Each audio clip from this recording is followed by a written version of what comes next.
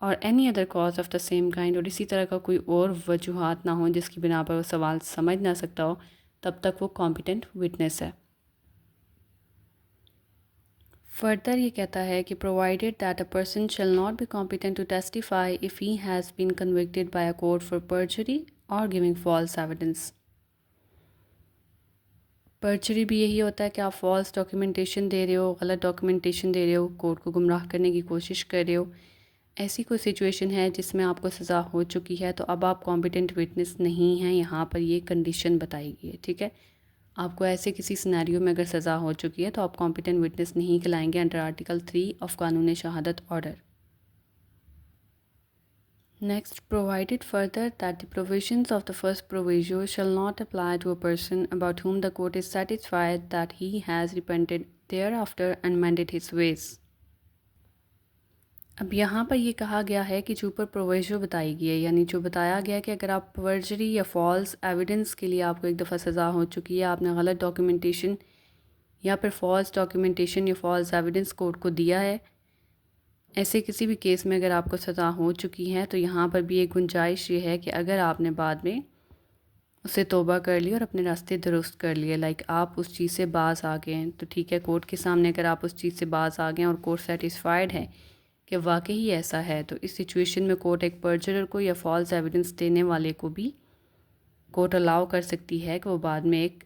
Competent witness بن سکتا ہے۔ Next, provided further that the court shall determine the competence of a witness in accordance with the qualifications prescribed by the injunctions of Islam as laid down in the Holy Quran and Sunnah for a witness,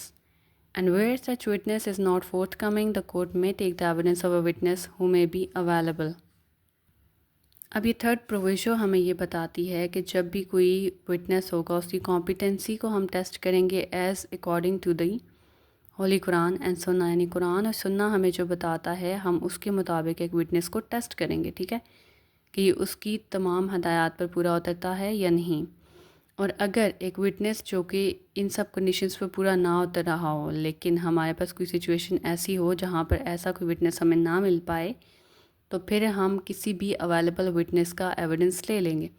یعنی ایسی situation میں کوئی بھی witness ہم لے سکتے ہیں، ٹھیک ہے، جب ہمارے پاس ہولی قرآن سنہ اور ان کنڈیشنز پر پورا نہ اترنے والا کوئی بھی ہمیں وٹنس مل نہ رہا ہو، ٹھیک ہے۔ اب ایکسپلینیشن میں فردر ایکسپلین کیا گیا ہے، a lunatic is not incompetent to testify. ایک لونیٹک یعنی جس کو فرام ٹائم ٹو ٹائم کوئی بھی فٹس پڑتے ہیں یا کوئی ایسی سچویشن ہے جو ایسی النس ہے اس کو، وہ انکمپیٹنٹ نہیں کنسیڈر کیا جائے گا unless he is prevented by his lunacy from understanding the question۔ یہاں پر بھی کنڈیشن یہ دی گئی ہے کہ اگر وہ کویشچن کو سمجھ سکتا ہے، لونیسی کی وجہ سے اس کے ساتھ یہ مسئلہ نہیں ہے کہ وہ سوال نہ سمجھ سکے جو سوال اس سے کیا جائے، اور اگر وہ جواب بھی دے سکتا ہے تو پھر وہ ایک کمپیٹنٹ وٹنس کنسیڈر ہوگا۔ This was all about article 3 of قانون شہادت order 1984۔ In the next video, we will continue onwards Article 4 of the Qanun-e Shahadat Order 1984. Stay tuned and keep watching. Thank you.